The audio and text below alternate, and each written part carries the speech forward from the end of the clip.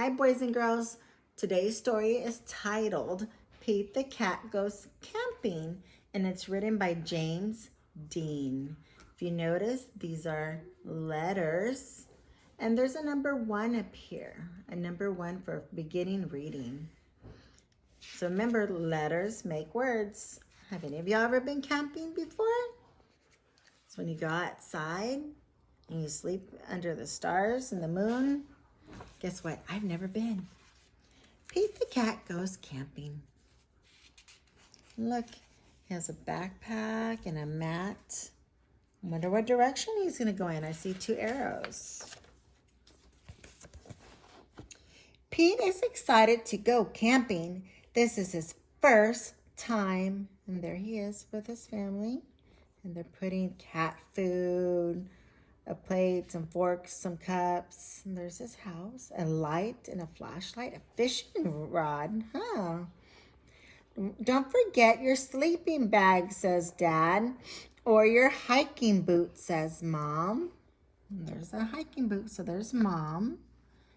And I'm sorry, here's Mom and there's Dad. I wonder who that is. Oh, that's Pete the cat. I wonder who that is. The campsite is deep in the woods. Mom and Dad set up the tent. So woods is a place that has lots and lots of trees, like a forest.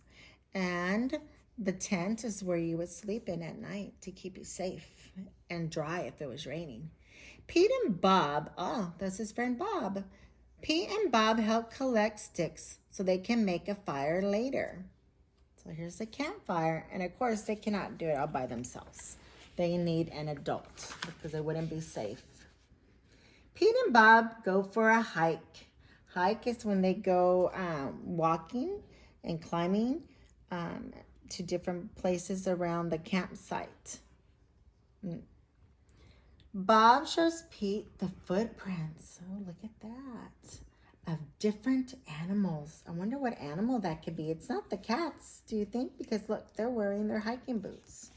I wonder what animal. Do you think we will see anything cool? It's a question mark asking a question. Ask Pete. Maybe, says Bob. What do you notice there? A bunny rabbit.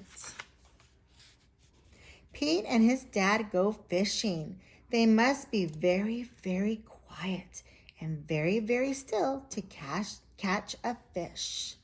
So this is a pond or a lake. Fishing takes a long time. They finally catch some fish. So you have to be patient. There's a fish on the fishing hook. Mom builds a fire. Oh, so Mom did it, not Pete or his friend Bob. The adult did. She cooks the fish for dinner. It tastes yummy. Next, Pete toasts marshmallows. Pete makes s'mores with chocolate and graham crackers. That sounds delicious. And they're holding the marshmallows over the campfire. But to be careful not to get burned. It starts to get dark out. Bob tells Pete a story about a scary, hairy giant.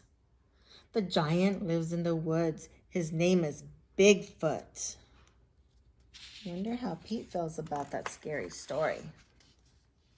Look at this. This is a question mark, so Pete's thinking. Do you think Bigfoot lives here? Asked Pete. It's a question. No one has ever seen Bigfoot, says Bob. Don't let Bob scare you, says Dad. Bigfoot is not real, says Mom. Pete sighs with relief. Phew. Yeah, sometimes scary stories are not fun. But if he is real, I bet he's friendly, says Dad, and likes s'mores too. That's not scary, thinks Pete. Maybe he wants a s'more.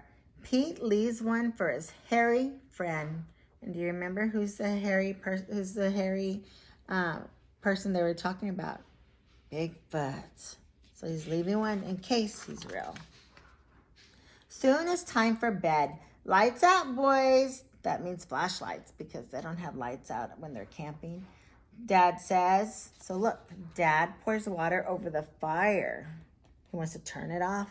That's being safe. Bob and Pete share a tent. Pete gets into his sleeping bag.